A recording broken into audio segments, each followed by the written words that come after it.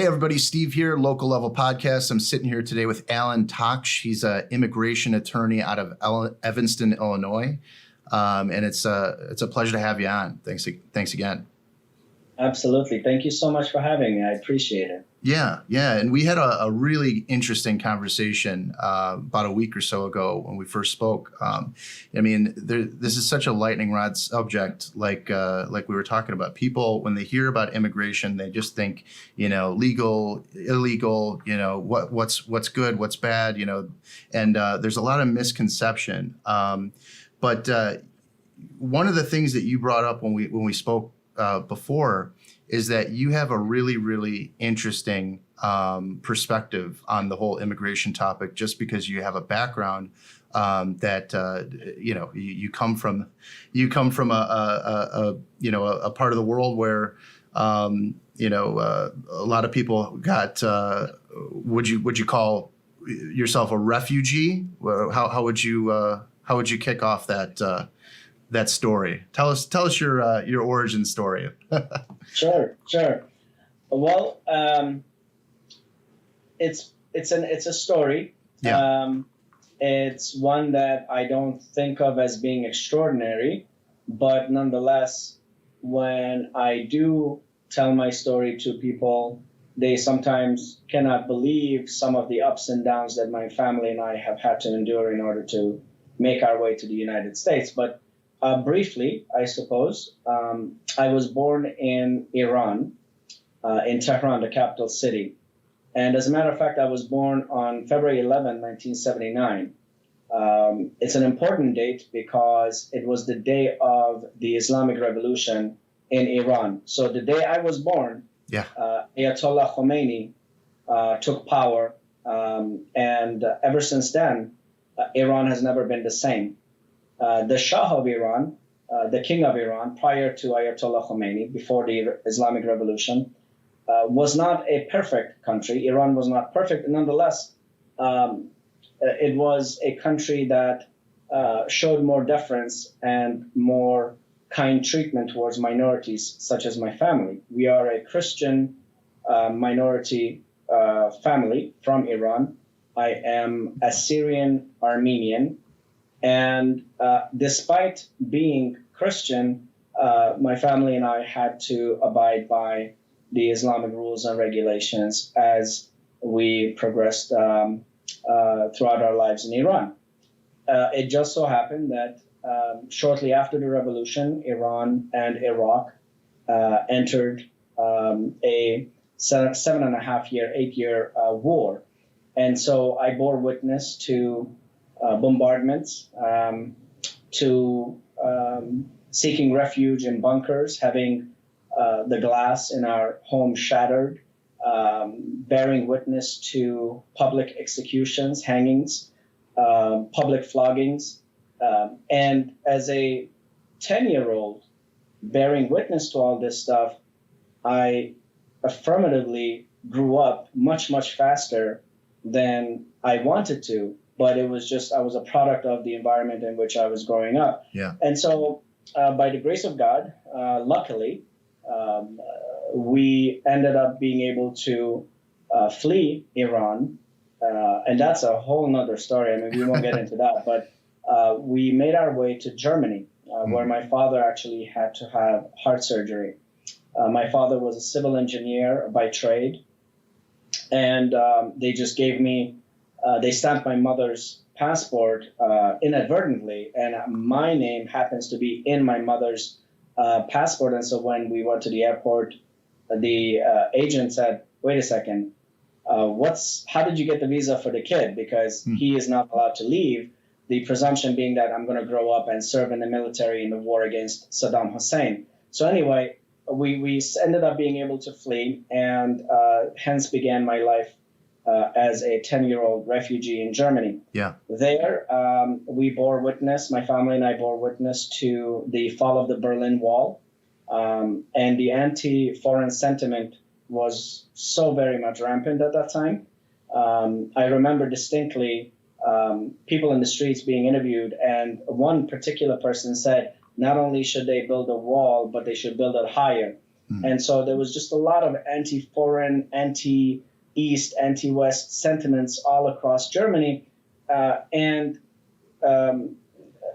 just a lot of events made me grow up even faster. Yeah. Case in point, there was a home just down the street from us where 5 Turkish families resided, and by virtue of an attack by neo-Nazis, by Molotov cocktails, their home was burnt to the ground, and 5 Turkish girls perished. And so you have a kid that is fleeing Iran, seeks refuge in Germany, is exposed to racism, and somehow we made our way to the United States because our paperwork got processed faster. It's a long story. Yeah. But it was a lot of turmoil, and by the time I set foot in the United States, I was 13 years old, having borne witness to a lot of different things. And so I studied hard because education was the only thing that I could really control. It seemed like everything else was outside my control. Yeah. And I'll briefly conclude by saying that somehow I made it to the University of Chicago. I ended up studying economics because I didn't want to have anything to do with immigration, let alone becoming an immigration lawyer. I wanted to become an investment banker.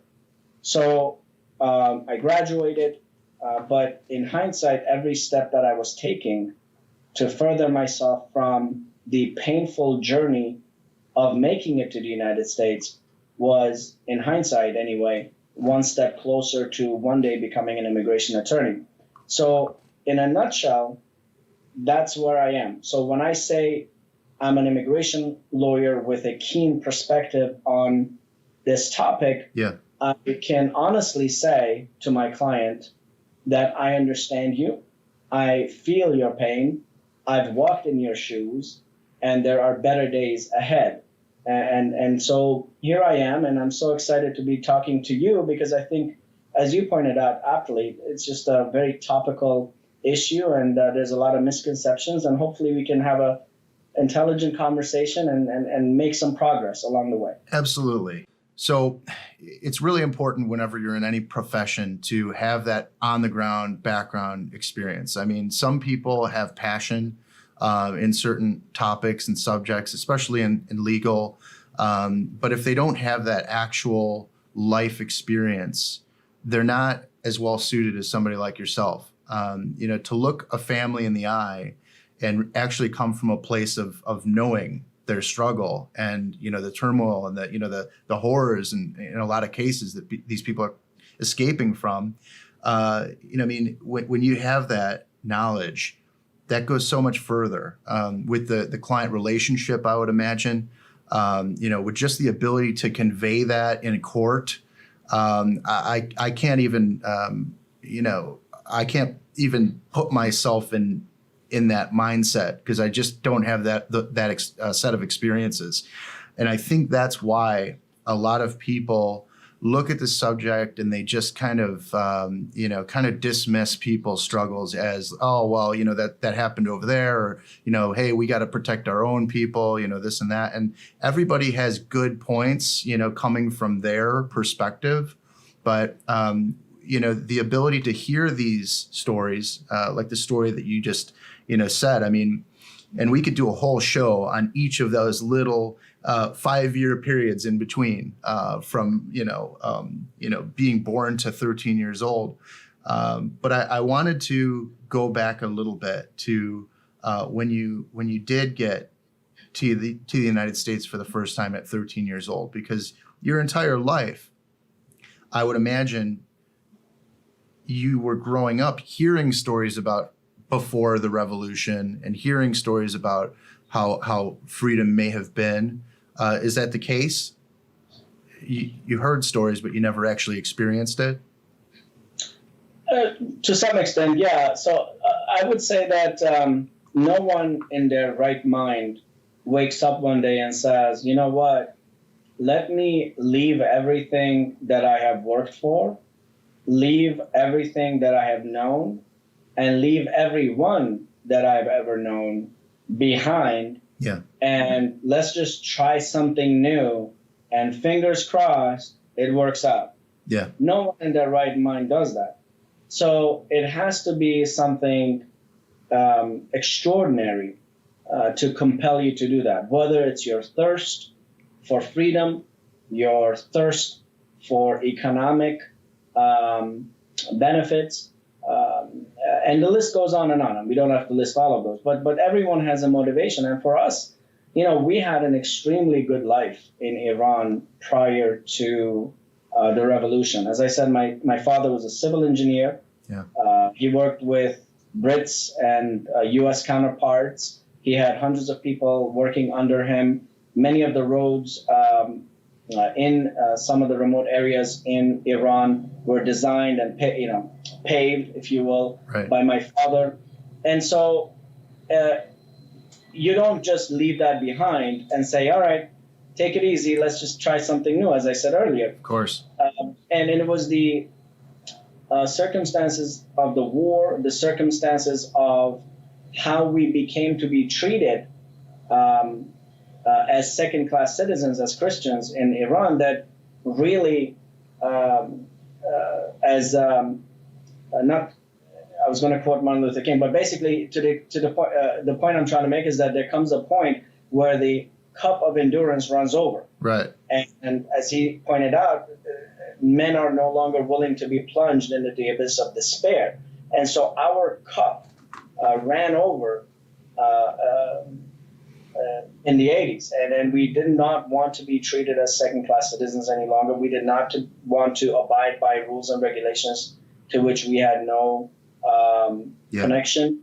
And so when we came to the United States, the U.S. represented to us, to my family, to my father, the possibility of everything grand in life, freedom, economic prosperity. And at the time, my brother was finishing his medical degree at the University of Edinburgh in Scotland.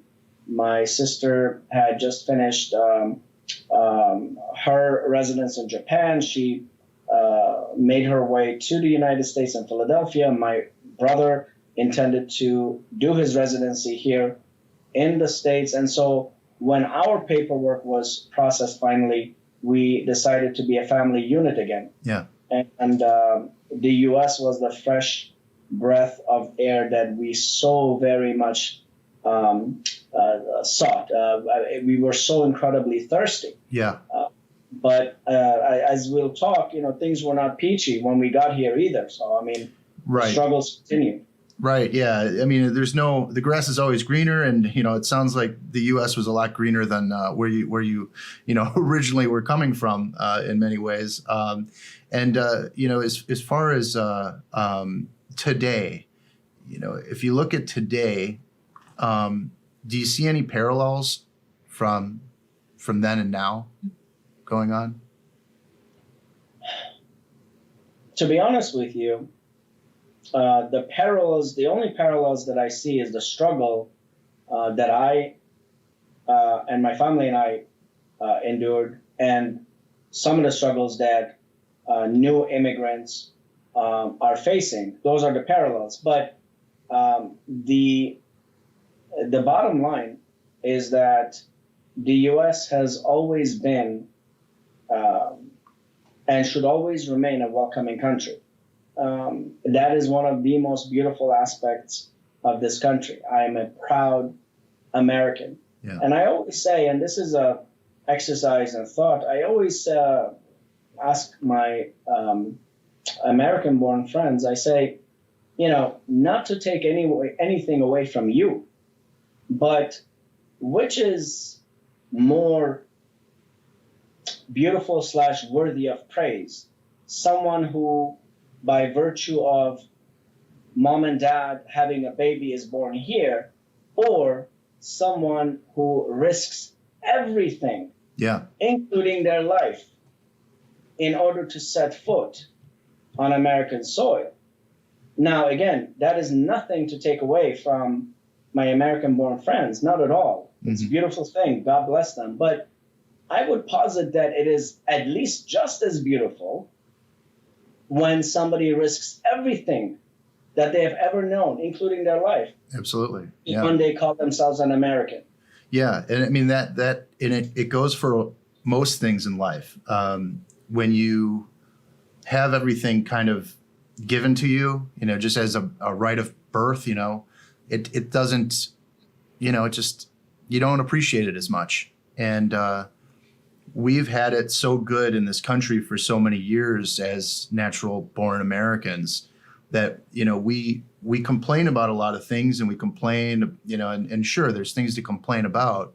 But like you said, I mean, for somebody that has that perspective of not living in a free society, or as free as it can be here, and just like you said, risking everything. Yeah, I mean, that is, you are going to work twice as hard.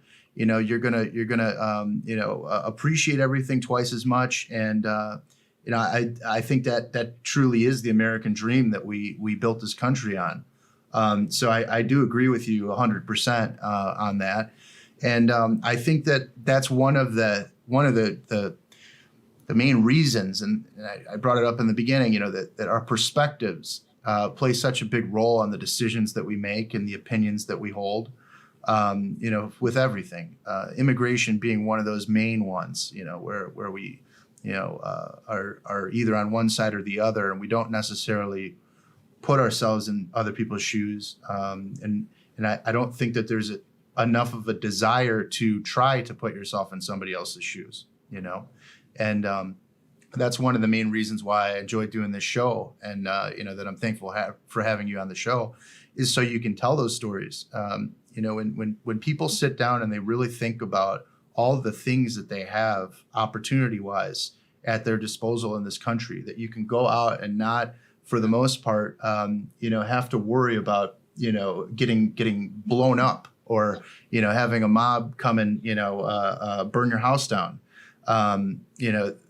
For the most part, it's a beautiful thing. And the reason that I asked if you saw parallels is because now with things going on, unrest, there's a lot of people that are frightened that could become a reality, that we could, kind of lose our freedoms to the mob. I feel like that's something that needs to be talked about. And I think that this is a good parallel when you talk about, actually living in a place where there is, complete lack of human rights, and just a society that's totally intolerant to anybody that is not on your moral side. It's something that really needs to be taken a hard look at by people that don't have that experience. And I think that it's very important for you to be able to tell your story to as many people as you can. And to your point, you're making an incredibly important point. And just to add to that, in order to make sure that other people can see the world as I have seen it, or for me to see it as they have seen it, what's important is that we agree on a set of facts. Let's call them stipulated facts, as in the sky is blue, and then go on to argue policy. Yeah. How do we move forward? But I think one of the things that is happening now, which in the 25, 30 years that I've lived in the United States, I've not seen, is that it doesn't appear that we can even agree on what appear to be basic facts. Right. Because the presumption is that the facts that I am presenting are false, or in a way skewed, in order to advance my own agenda. And so that is kind of scary. Yeah. And I have conservative friends. I have liberal friends. Personally, I'm fiscally conservative, socially liberal. No one really is completely blue or completely red. Right. We're all different shades of purple, I suppose. Yeah. And so for us to get to a point where we are talking about the best interest of the United States, I think it's important to agree on a set of facts and say, hey, I look at them this way, you look at them this way, let's agree on some aspects of those facts and compromise. Yeah. And that I mean, back in the day, I mean, this is off a bit of a tangent, but back in the day in the 80s, presidential candidates would debate each other. And the idea was who can up the other in terms of sounding more compassionate towards immigrants. I mean, you can YouTube some of these debates from the 80s and early 90s. One in particular was George Bush Sr. I forget who his counterpart was. It was one of the primaries, and they were literally one-upping each other in terms of how compassionate they would be. Mm-hmm. And so now I feel like we're a race to the bottom, and that's not who we are. This has never been America, or the America that my father risked his life to bring us to. Yeah. It's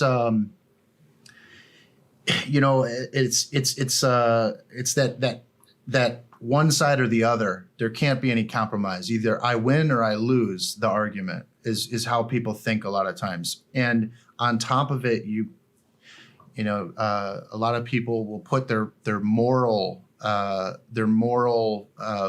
righteousness into the opinion. And if you disagree with it, you're morally corrupt or in some way, or you're a bad person, so you should be dismissed. And anybody with these beliefs is wrong, and I need to fight against that, problem. And I think that is a very dangerous place. In any society where you view somebody that differs in opinion as the enemy, you get what you saw in Iran, and if we don't think about these things, obviously we have to have compassion with our, for our neighbors. We all come from different walks of life, whether you come from the other side of the world or you come from on the other side of the city. It's all differences of opinion based on your perspective, based on your experience. And exactly. And that is something that I always bring up to people, because sure, I disagree with a lot of things that people say, here and there on many different topics. But at the end of the day, most of the time, we all pretty much want the same thing. We want safety, we want prosperity, we want health and happiness and love and for our families to do well, and freedom for the most part in this country. We want the freedoms to do the things that we want to do to achieve our dreams and goals. And that's what this country was kind of based on in the beginning, that freedom. So, absolutely. And I would go one step further and say that, well, to add to what you're saying again, sure. Having lived in the Middle East, having lived in Europe, in the 80s, actually late 70s, 80s, Iran, early 90s, Germany, having traveled the world since then, and obviously being an American, I can affirmatively tell you that no question, hands down, the United States is the greatest country on earth. And so I am not saying this to be cute. I'm not saying this for purposes of pandering to your audience or whatnot. Sure. It is a fact.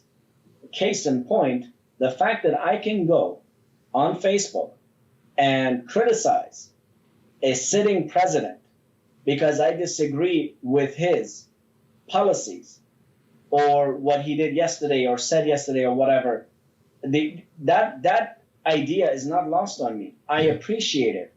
In most other countries, perhaps not Europe, but in most other countries, you can be detained, you can be beaten, you can be tortured for exercising your human right to express your opinion. But one of the most amazing things about the United States, and I've always said this and I'll say it until the day I die, is that it is a work in progress. Yeah. That is what makes America so incredibly beautiful. It's this infant child that just is beckoning for guidance, beckoning residents, citizens to make it a better version of itself. Yeah. And so that's where you and I come in. As long as we keep the United States and its well-being and its best interest in mind as we dialogue and as we discuss what we need to do about this, that, or the other, then better days lie ahead. But the moment when we choose this group or that person as the reason why we are not where we want to be in life and blame that group or person and then advocate policies against that group or person, that is when we begin to walk on very, very thin ice. Yeah. And that is when we lose the spirit of what it means to be an American, what America stands for. I agree. I couldn't have said it better myself. It really is important to keep that perspective. The well-being of, we have to protect the freedom of differing opinions to be heard. We have to be able to protect that, at all costs. And, and that's going to be for the benefit of us. And, we lead the world in many ways, as far as aid goes and support and keeping the peace for, some people can disagree with that. But, if we crumble, a lot of people will crumble as well that are dependent. And we don't want that. So, we'll go a little bit more to where we are now today, or where you are, your profession, as far as getting into immigration. Now, you said you wanted to be a stockbroker before. Is that what you said? Yeah. So I wanted to be an investment banker. I went to the University of Chicago wanting to, actually, side note, I went there wanting to study philosophy and political science, but once I got there, I realized what an amazing program they had in econ, and so I took a couple of classes and fell in love with economics. And once I graduated, it wasn't even up for discussion. I mean, you graduate, you become an investment banker, you make a lot of money, and you die afterwards. I mean, that's how it works. But that's not how it worked out. I did end up interviewing with a bunch of big firms and going to New York and this and that. But ultimately, fate took me to a completely different destination, and so I ended up applying to law school and attended the John Marshall Law School. I'm grateful to them for that opportunity. They chiseled some of my inherent skills and made me a better version of myself, and I appreciate that. And so when I graduated from law school, I still kept fighting the stream. It's almost like, in hindsight, it feels like I was a salmon swimming upstream. I just refused to go along with the current that the stars or the universe had planned for me. And so I kept resisting. I wanted to, it's like, okay, if I'm not going to be an investment banker, I'm going to be a corporate attorney. If I can be a corporate attorney, I'm going to be a business law attorney. Literally everything but immigration. Yeah. And so due to a million and one reasons, I ended up opening my own law firm. I had a few corporate clients and whatnot, but still, I came alive when I was representing immigration, or rather immigrants in immigration cases. And so over time, I would say, I opened my firm in 2011. And so over time, I would say since about 6-7 years, I have found that whether I like it or not, immigration law is my calling. And oftentimes, some of the kids that I mentor ask me, "Are you happy?" And so, that's an important question. Yeah. And I tell them it's an important question, but it's not the right question. The right question in life, whatever your profession might be, is, am I doing what I am supposed to be doing? Yeah. Am I on the right path? Does it feel as though I am a salmon swimming with the current rather than against the current? Because I tell you, I shed tears. I have anxiety attacks. I have depressive episodes. I have episodes where I laugh with my clients. I hug them. Yeah. We pray. Not all, I mean, it's just meaning there's so many different facets Yeah. to what it takes to be an immigration lawyer. And one would say, okay, well, if you're crying, you're not happy. And that might be true, but I am exactly where the universe wants me to be. And sometimes being a soldier is not easy. Sometimes being a soldier is hard. And I don't mean the military type, but soldier in whatever profession. Sure. But you need to do what you need to do because that is what you feel is your calling. Yeah. Yeah, it's so important. You make a good point that happiness is not necessarily the most important thing. It's fulfillment, and realizing your best effectiveness in life. Doing things that to the best of your ability, and really kind of opening up those floodgates to let your potential flow through you. I think is very important, very powerful. I think that if I look back at my life, the times that I feel were most important were not the times when I was laughing. The things that really I can look to and point at those times in my life that I learned the most, or I made a course correction in the right direction. Those were the times where there was struggle, and it was a sad time, or it was something that was hurtful, or something that made you cry, and things like that, and not just for yourself but for the people around you, and those things are very powerful parts of life, and it goes back to what we were saying before. It's perspective and your life experience that gives you that, it makes the scales come off your eyes. You can see clearly that way.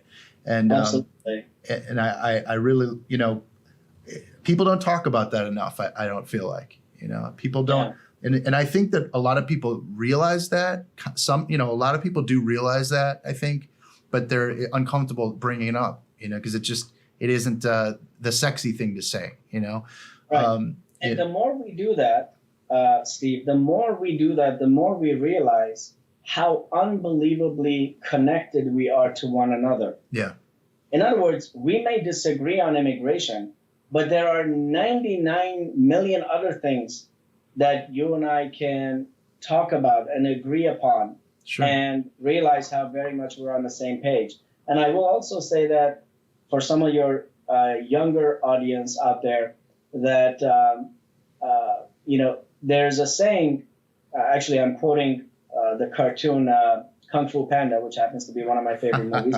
It says the wise turtle in that movie says, "You often meet your destiny on the road you take to avoid it."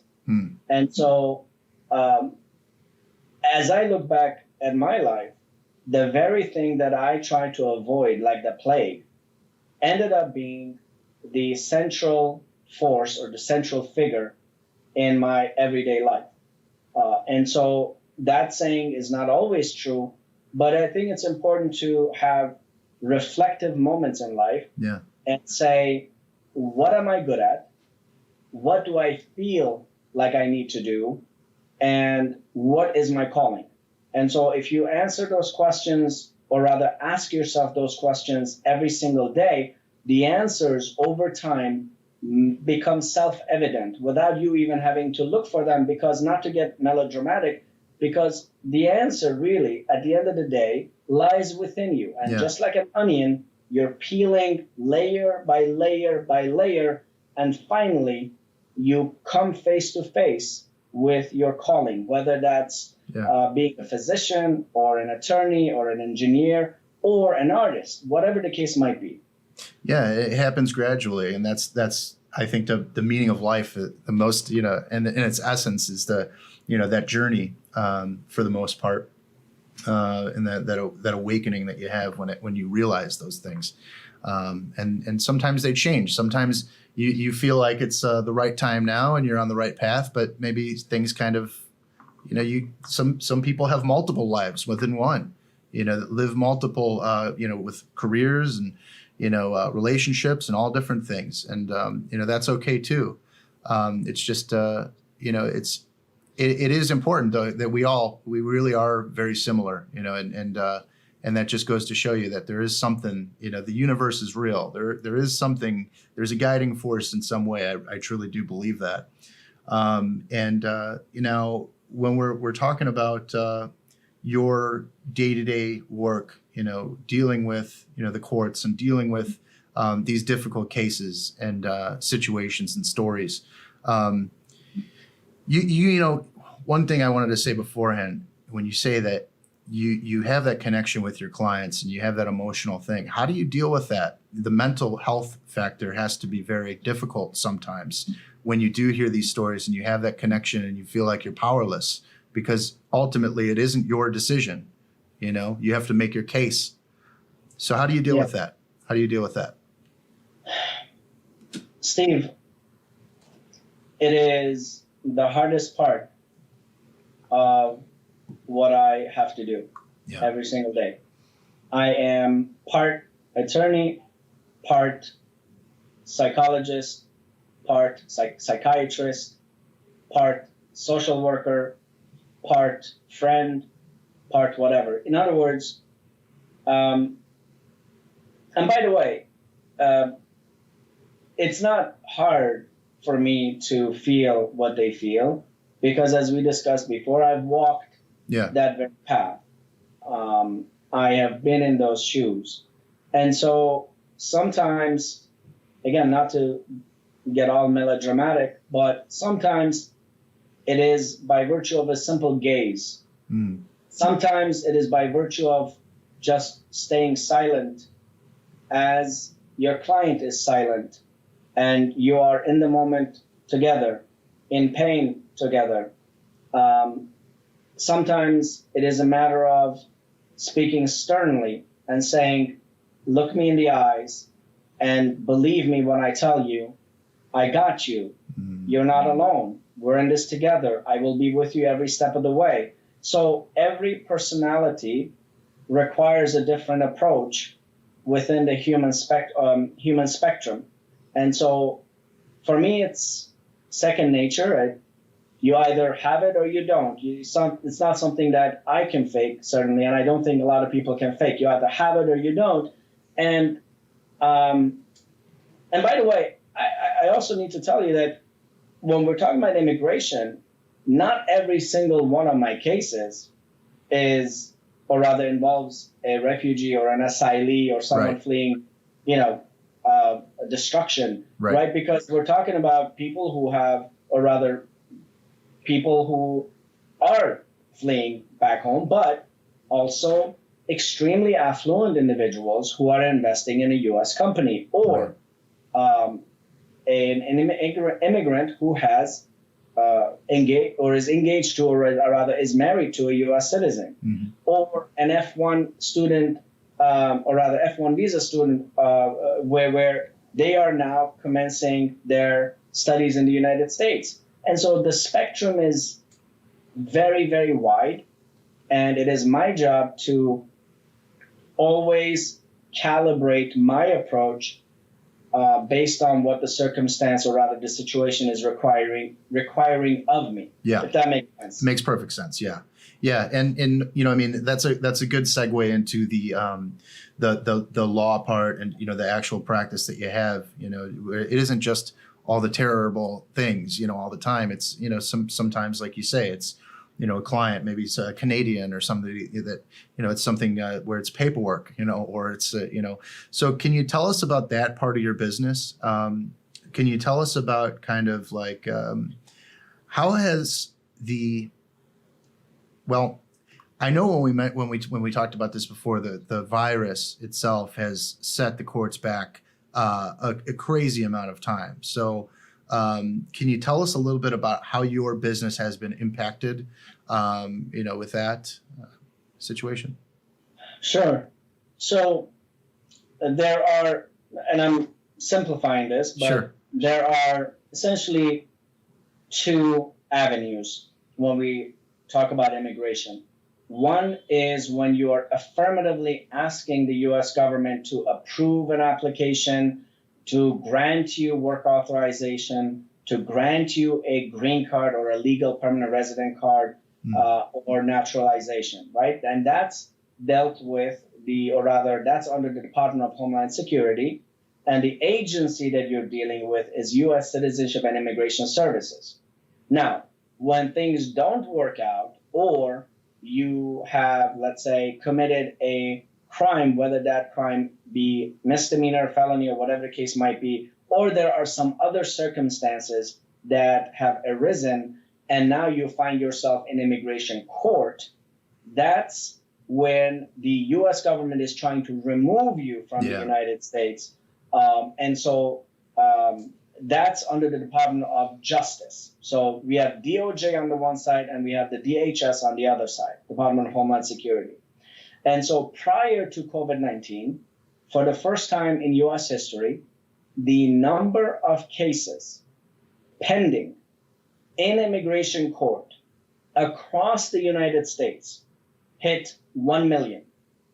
In other words, if you're an immigrant and you get a notice to appear, which is the first document that you get sending you to immigration court, and you appear before a judge for your status call, in my world called a master calendar hearing, the judge will give you a trial date known as an individual hearing. Guess how many months or years down the road? Just take a guess. You mentioned it to me before, and it's a crazy number. If you're the audience, make a guess in your head right now, and now you go ahead and tell us. Right. 3 to 4 years. So I go in front of an immigration judge today, and that's pre-COVID, by the way. Yeah. He will give me a trial date sometime in 2024, mid-2024, if not later. And so when COVID hit, all the immigration courts essentially shut down, but for some detained cases, meaning people who are in detention, in detention facilities. So that's DOJ. On the other side, you have USCIS. USCIS under the Department of Homeland Security its function depends on the fees that applicants pay. So in other words, the fees that you pay to get a green card go towards paying the employees that are in charge of adjudicating your case. So for the first time, to my knowledge, I don't recall it ever happening before, and one of my colleagues might want to correct me on this, but the USCIS is running out of money, and unless Congress acts by July, a lot of, or rather 40%, if I remember correctly, I saw 40% of the workforce at USCIS will be laid off. So these are trying times. These were trying times. And so add to that COVID-19, a global pandemic where USCIS is not doing any interviews for fingerprints, for regular interviews, for naturalization, or rather oath ceremonies. And the cases keep building up. And instead of making things easier and providing a path forward, our elected officials are making it harder. Meaning they are essentially broadening the net within which more people get trapped, therefore being sent to immigration court, exasperating an already very, very, very fragile system. Yeah, I would say that it's a broken system. I would say at this point, if fragile is probably, putting it lightly. Now, is this by design or is this by negligence? What would you say? To be frank with you, at this point, I don't even think it's a Democrat versus Republican issue, because the Democrats had the House and the Senate under Obama, and they failed to act. Now, again, I'm socially liberal, fiscally conservative, and I tend to, full disclosure, I tend to bleed blue and lean left. That being said, I am not a fan, to say the very least, of the manner in which, the callous manner in which the people on the right have approached immigration. And I'm trying to use my words very carefully, because this is not about me wanting to offend anybody. This is us trying to have an intelligent conversation, but it is absolutely callous to be playing Russian roulette with people's lives. Yeah. 44 million immigrants in the United States. 1 out of 6, every U.S. worker is an immigrant. $300 billion in federal taxes paid by immigrants. $150 billion paid by immigrants towards state and local taxes. $20 billion in taxes, federal, paid by undocumented immigrants. Mm-hmm. $11.8 billion paid by them in state and local taxes. The people that make our food at the restaurants, people that invest in our companies, people that pick our cherries, pick your favorite fruit. Yeah. And so I get riled up, because it's as if we don't see that the very thing we are arguing against is the DNA that makes up who we are. Yeah. As if I were to tell you, hey, Steve, I hate my red blood cells. Man, I cannot stand my white blood cells. I mean, how idiotic does that sound? Right. How counterintuitive does that sound? Yeah. And so my earnest hope, I pray to God every single day that we stop using human beings, real people, our neighbors, our coworkers, our bosses, as chips, bargaining chips, because the decisions we make today affect their lives forever. Yeah. And I know this was a kind of a verbose answer to your point, but no, it's great. Take DACA recipients, Deferred Action for Childhood Arrivals. DACA recipients, referring to the program, the 2013 program initiated by Obama, that basically said, if you were brought to the United States through no fault of your own as a child, and there are some other requirements that you have to meet, then you get work authorization, and at least your removal, or rather the possibility of your removal, will be deferred, meaning we'll turn a blind eye to you being here, essentially.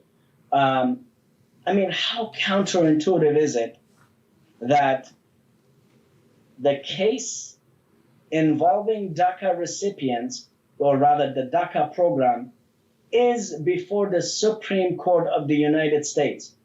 Imagine the left and the right could not come together to come up with a solution to allow children who are, for all intents and purposes, Americans, who have no idea, have never even been to Mexico. I'm just using Mexico as an example, because majority of them are from there. But for the left and for the right not to be able to come together and say, you know what, we cannot turn our backs against these children who are, for all intents and purposes, U.S.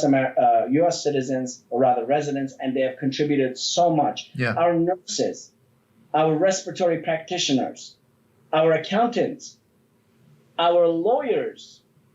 Yeah. I know personally lawyers who are DACA recipients, who literally are DACA recipients representing clients in court, and yet they themselves don't know whether their status in the United States has any stability. Yeah, it's this is not a new problem. You know, this immigration debate has been going on for years and years and years.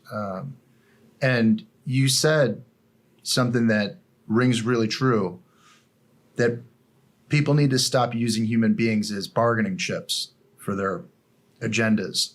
You know, I feel like there's no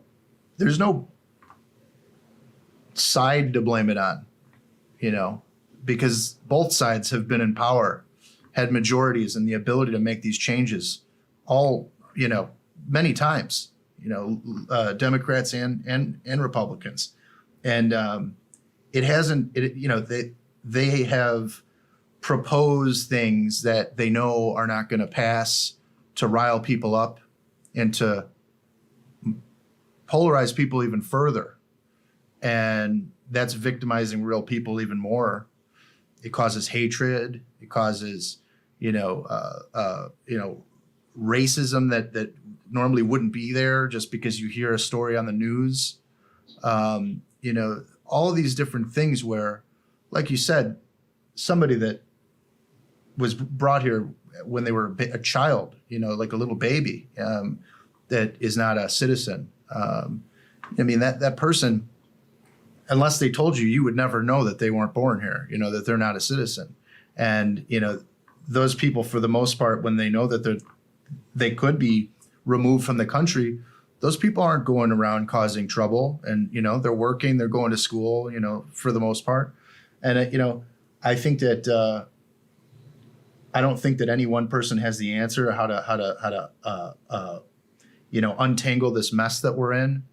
But I think that we need to get real and actually we need to get on the backs of the politicians, and we need to make sure that they are aware of these things, and that they're actually doing things that are meaningful. And that means that they have to actually work together. You know, that you can't bring this up as an issue, as a lightning rod issue every election and then forget about it again. And that's what happens. And that's not fair to anybody. It's not fair to the voters. It's not fair to the politicians that have good intentions. And it's not fair to the people, most importantly, that are being, debated about. So I think that goes for a lot of topics in this country. I think that, not just immigration, but I think that our government has gotten to a place, because we are so polarized and people are so used to gaming the system and using our election cycles as, just a way to either hold things up, slow things down until they can get their, people in again. And then here we go again and again and again. And nothing's going to change unless the voters actually understand these things and understand what they're actually voting for during these elections, that their vote does count and it does matter, all the way from the top to your local, city council person. All of these positions are there for a reason, and they have a real impact on your life. People want to just think, okay, well, Trump or Biden or whoever is going to be on the ticket, that's the most important thing. But no, that actually has a very small impact on your daily life.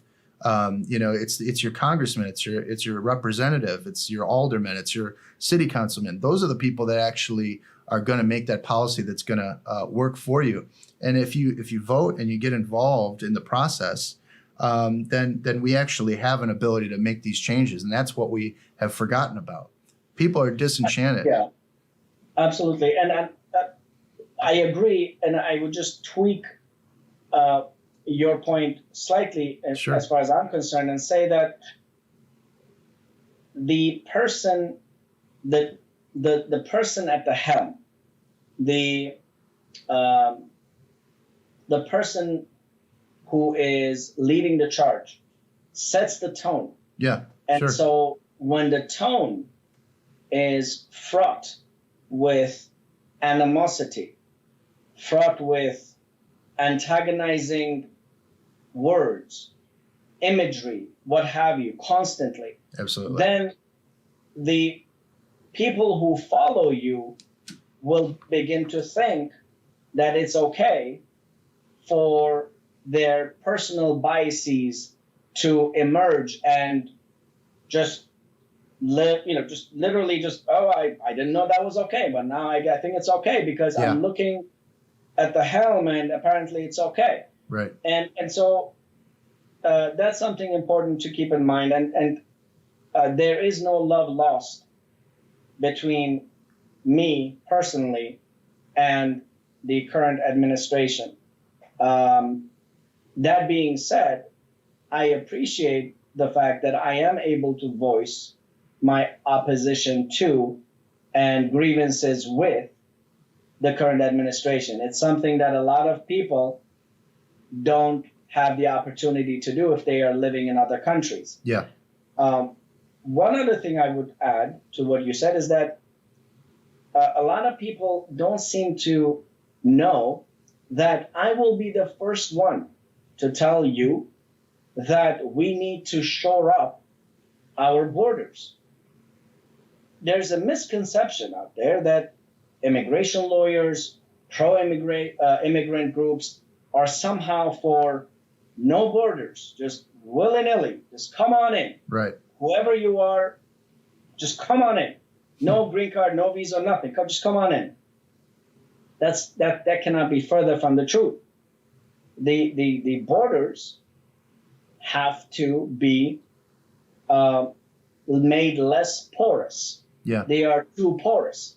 And I'm not just referring to the Canadian border or the Mexican border. I'm talking about our ports of entry. We have to protect the integrity of the United States of America.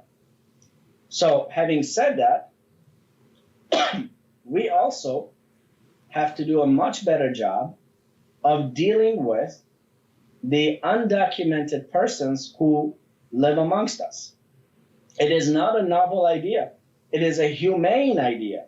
It is an American idea to come up with a solution and saying, hey, if you entered the country, this state to this state, or if your status is this and that, or you remain in the United States beyond your visa, or whatever the case might be, Yeah.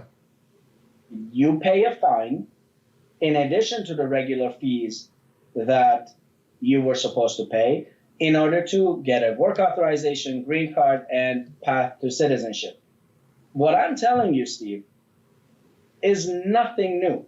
We Right. did this in 2001, known as the Life Act, where under Section 245I of the Act, it allows certain persons who had a certain form, I'm not going to get into the technicalities, Sure. but a certain form filed on their behalf prior to a certain date, they would be allowed to later on adjust their status through other means by paying an additional fee of $1,000. And so for the life of me, I don't understand why something that worked so well in 2001 cannot be replicated 19 years hence.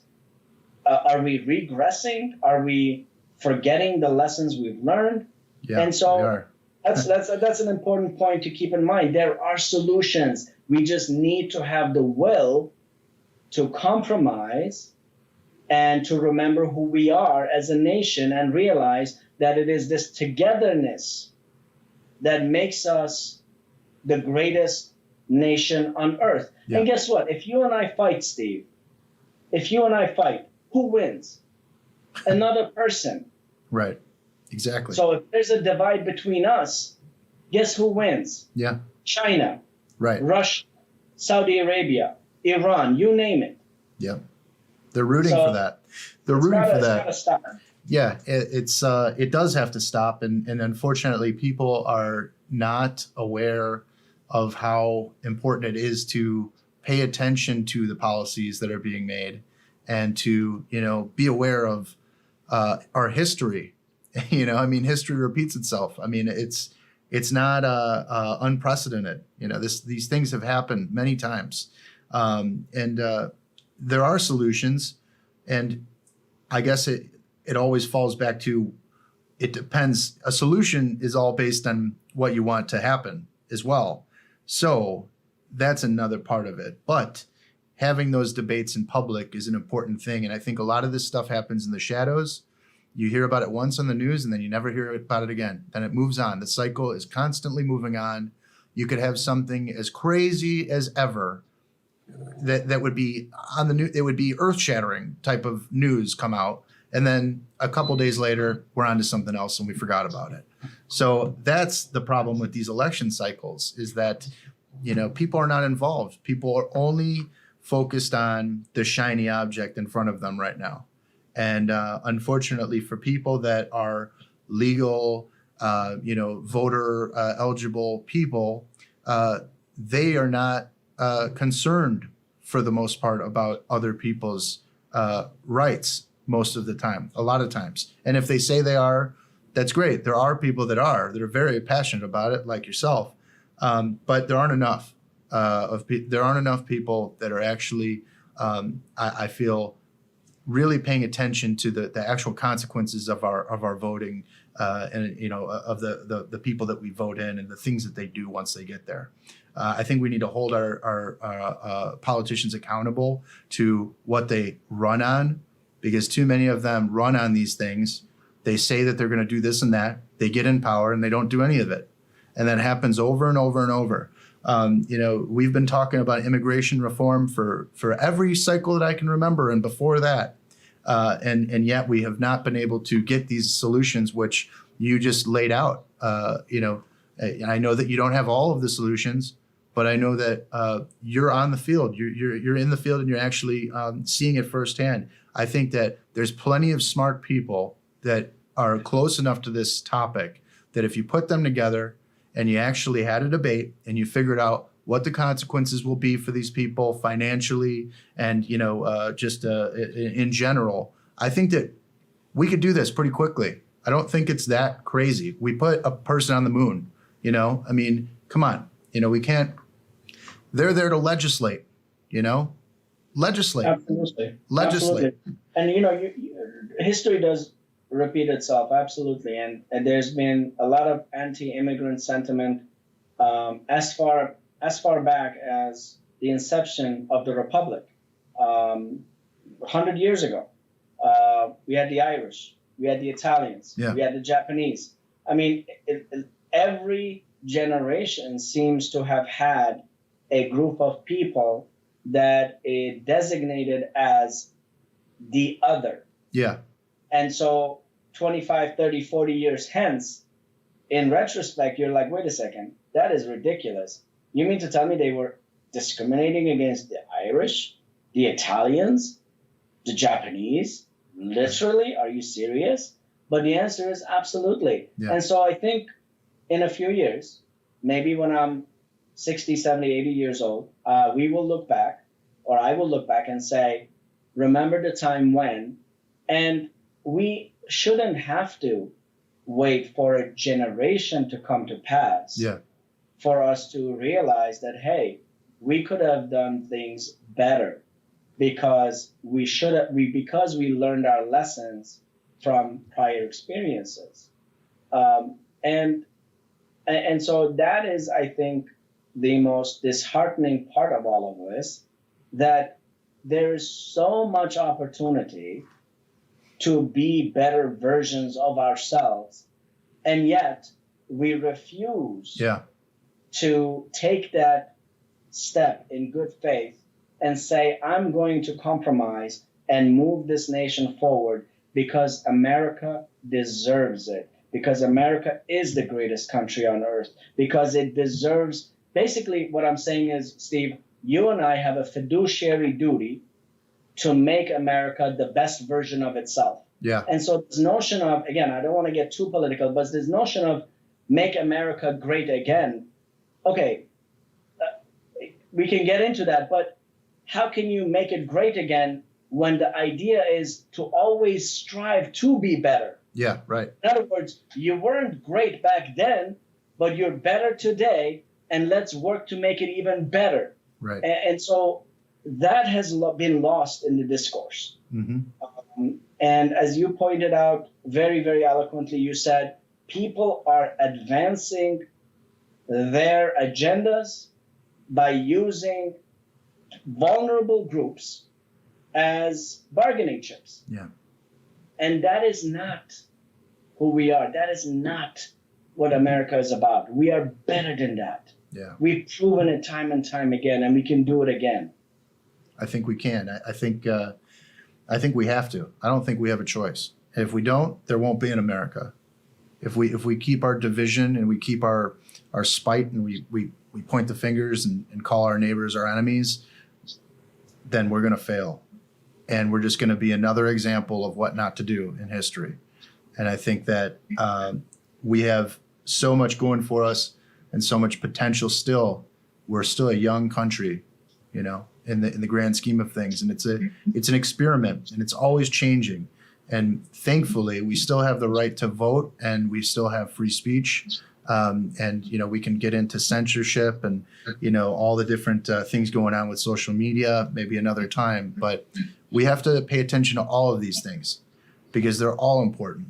And I agree with you 100%. You know, it's not, again, making it great again. It's always getting better. Make it better. Be better, you know. I can't believe, you know, we've done more than an hour. You know, it's a great conversation. We're both really passionate about this stuff, and you know, hopefully for people that are listening, this makes you think about something. It's very important to listen to the other perspective. Don't just listen to opinions that you agree with constantly. There's plenty of people that don't agree with, you know, immigration, this or that, you know, or whatever. You know, you can fall on any side, but it's the ability to listen to, you know, an argument of the other opposing side, taking that information to rethink your position, and then do that again, and do that again, and do that again. And if we can all do that repeatedly, then we'll all come out in a better place. So, you know, I really do appreciate you coming on, Alen. It's a real pleasure talking with you. Hopefully we can get these things sorted out. You know, I think we could definitely do another show about many other topics, so we'll have to set something up. But is there anything that you would like to leave the audience to think about, or is there anything that you'd like to say about how maybe people can help the cause or, you know, get involved in some way? First and foremost, Steve, thank you so much for having me on. I honestly can't believe that the hour is past, but it literally feels like we've been talking for about 15 minutes. Yeah. It just speaks to the fact that both you and I are coming at this topic from a good place, meaning our hearts. Yeah. We don't have hidden agendas. We just want to respect the fiduciary duty that we have to America in order to have done our part in advancing the discourse. And so thank you so much for the platform. Thank you so much for what you do. You talk about different topics, and that's wonderful. And I really hope that your listeners have had an opportunity to, for a brief moment in time anyway, to see things from a different perspective. And I don't really have anything profound to leave your listeners and viewers with, other than to say that just remember, facts matter. Yeah. America is the greatest country on earth. We owe a fiduciary duty to it, and better days lie ahead as long as we stay true to the commitment that we have expressed to making it a better version of itself. And so these are pretty basic concepts. I feel silly even repeating them, but it seems like when there is chaos, you go back to fundamentals. Yeah. And so as long as we start with the fundamentals, then we can rebuild that which we have broken along the way and build and make America what it deserves to be, which is, again, a better version of itself. Perfect. Perfect way to end it. Like I said, if anybody's interested in speaking with Alen about any topics related to immigration, if you need any advice or you'd like representation, I will put the link in the description below. And again, that's Alen Takhsh, immigration attorney out of Evanston, Illinois. Really, really pleasure to have you on, and we'll be talking again soon. Thanks, Steve. Appreciate you.